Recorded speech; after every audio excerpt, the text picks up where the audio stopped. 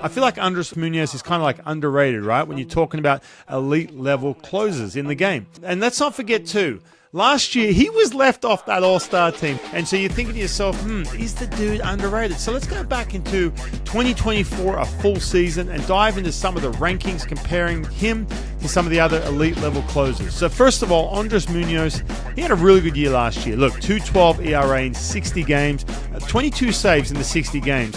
22 saves of 27 opportunities. Remember, they used him a little differently last year. 11 of those games, they're 60.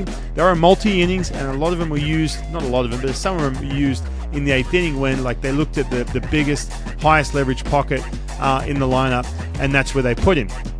But where does he stack up to the other guys who end the game? I'm talking the elite level closers, because that's kind of what he's doing this year, right? He's only really sticking to that 9th inning. So here are some of the numbers that I think are important when looking at your guy at the 9th inning slot. All right, first of all, among closers, 6th in ERA with a 2.12. He fell short a little bit with the strikeouts compared to other guys. He's still a top 10, but he fell a little shorter with 77.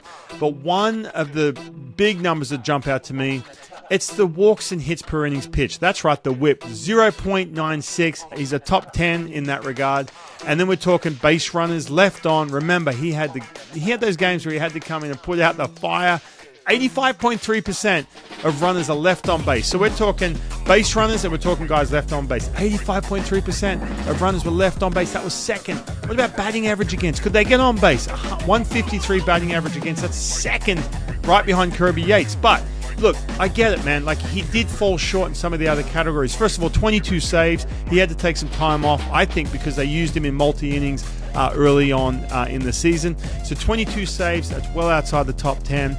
The save conversion rate, 81.5%. That was 20th. So he slipped a little bit on the conversion. Again, I get it. 60 games and 27 of them were save opportunities. So, look, I think that will change this year. Like I said, I think the Mariners are only going to use him in the 9th inning. I think he is going to be a top fiver this year. I really do, especially the way he's looked. He just looks so much more comfortable, even when some of those runners jump on. Plus, he doesn't have to cover the 8th inning if Dan Wilson has to press the panic button. He's got some other options. So let me know, is Andrés Muñoz, is he underrated? Are we not giving him enough credit in Seattle and especially nationally too?